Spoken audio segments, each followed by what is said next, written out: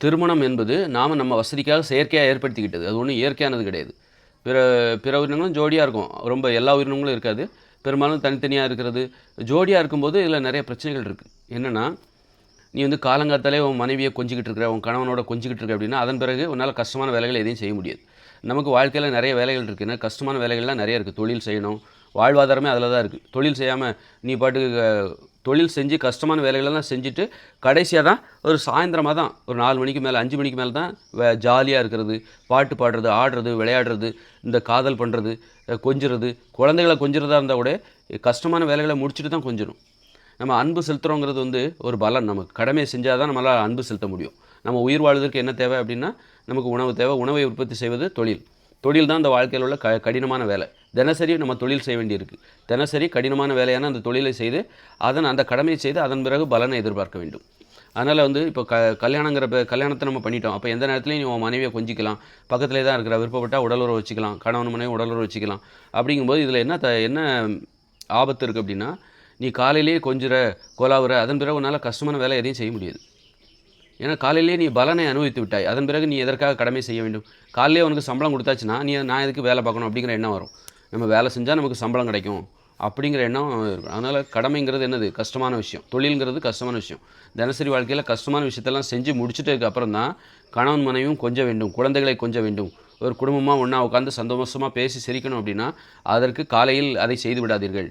அதற்கு ஏற்ற நேரம் சாயந்திரம் தான். அப்போ காலையிலேருந்து நீ சாயந்திரம் வரைக்கும் ஒரு 3 மணி வரைக்கும் 4 மணி வரைக்கும் கஷ்டமான வேலைகள் தினசரி வாழ்க்கையில என்னெல்லாம் இருக்கோ அதெல்லாம் செய்யணும். வீட்டை தூய்மை செய்யணும், உணவை சமைக்கணும், உணவை தேடணும், அப்புறம் தொழில் செய்யணும். இப்படி நிறைய பிரச்சனைகள், நிர்வாக சிக்கல்கள் எல்லாத்தையும் சரி செய்து விட்டு, கடினமா சுத்தமா வச்சுக்கணும். இப்படி எல்லாத்தையும் சரி பண்ணிட்டு, அதன் பிறகு எல்லா வேலையும் முடிஞ்சுதுப்பா கஷ்டமான வேலை. அதன் பிறகு உட்காந்து நீ காதல் பண்ணு, கொஞ்சு, அந்த சந்தோஷத்தை கொண்டாடு. கடமை செய்த அந்த சந்தோஷத்தை. நீ சம்பளத்தை கடமை செஞ்சல அதற்கான சம்பளம் தான் உனக்கு சாயந்திரமா கிடைக்கும். சாயந்திரமா இருக்கிறது எது? நீ கொஞ்சுறது, கொலாவுறது, குழந்தைகள கொஞ்சுறது, மனைவிய கொஞ்சுறது, கணவன கொஞ்சுறது, உடலுறவு வச்சுக்கிறது, ஆடுறது, பாடுறது, கதை சொல்றது, ஜாலியா பேசுறது இது எல்லாமே சம்பளம். நீ ஜாலியா வாழணும்னா அதற்கு தொழில் செய்யணும். கஷ்டமான விஷயம். வாழ்க்கையில உள்ள தினசரி வாழ்க்கையில உள்ள கஷ்டமான விஷயம்.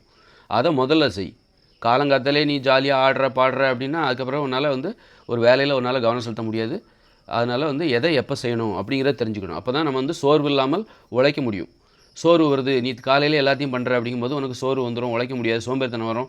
அப்போ உனக்கு தாழ்வு மனப்பான்மை ஏற்படும், முன்னேற முடியாது, வேலை செய்ய முடியாது. அப்போ உனக்கு என்ன ஆகும்? வேலை செய்ய முடியாது அப்படிங்கும்போது உனக்கு வாழ்க்கையில் முன்னேற்றம் இருக்காது, வாழ்வாதாரம் பாதிக்கப்படும், வறுமை ஏற்படும்.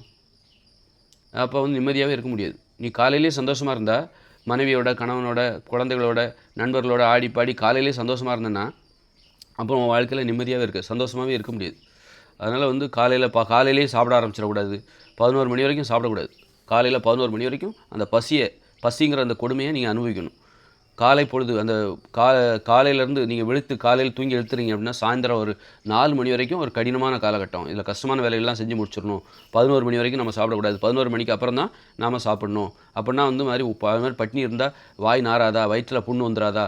அதற்கு தான் அந்த மாதிரி 11 மணிக்கு அப்புறம் நீங்கள் சாப்பிடக்கூடிய உணவு பச்சை காய்கறிகளாக இருக்க வேண்டும். வெண்டைக்காய், கோவக்காய், பரங்கிக்காய், மணத்தக்காளி கீரை இந்த மாதிரியான உணவுகளை சாப்பிடும்போது 11 மணி வரைக்கும் நீங்கள் பட்டினியாக இருப்பதால் ஏற்படுகிற வயிற்றுப்புண் அல்லது வாய் நாற்றம் இதையெல்லாம் அது சரி செய்துவிடும்.